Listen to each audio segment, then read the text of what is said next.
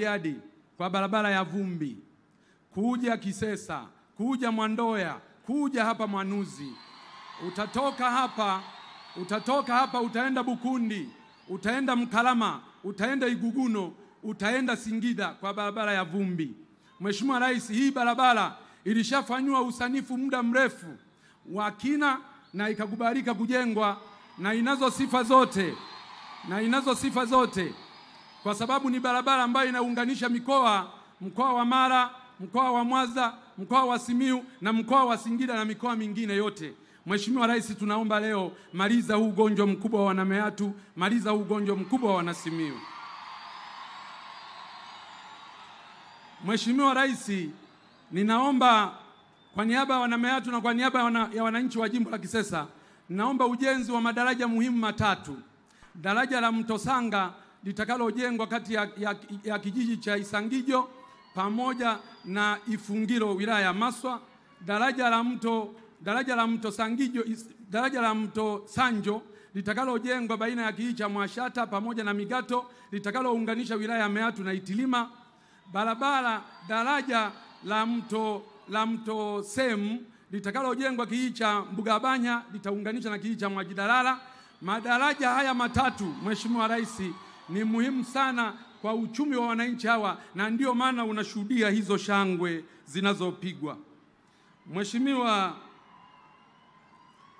Rais, katika maombi ninaomba jimbo la Kisesa sasa katika miundombinu hii ya kijiografia, naomba jimbo la Kisesa lipewe halmashauri ya wilaya kwa ajili ya kusukuma nguvu kubwa ya maendeleo.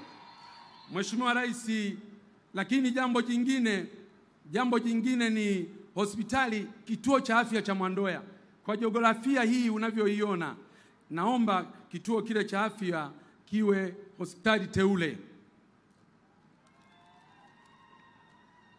Mheshimiwa Rais, tunazo changamoto, nitataja chache, zingine tutapambana nazo na Mheshimiwa mkuu wa mkoa, mkuu wa wilaya, mkurugenzi mtendaji na watendaji wengine wa serikali.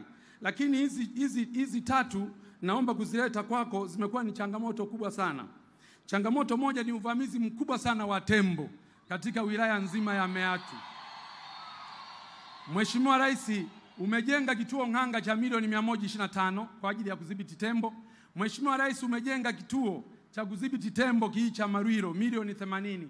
Mheshimiwa Rais, kimeweka kituo pale Mbugabanya kwa ajili ya kudhibiti tembo, lakini kutokana na wingi huu wa tembo bado wanaua watu, tembo bado wanamaliza mazao ya wananchi yakiwa shambani na majumbani. Tatizo la tembo ni kubwa kwa wananchi hawa. Ombi kubwa Mheshimiwa Rais, kwa sababu uliridhia fedha zije na vituo vifunguliwe, tunaomba nguvu kubwa ya fedha kwa ajili ya kutekeleza mikakati tuliyoianzisha baina ya TAWA, halmashauri kwa ajili ya kupambana na hawa wanyamapori. Jambo la pili ni wafugaji wetu ambao walishashinda kesi mahakamani baada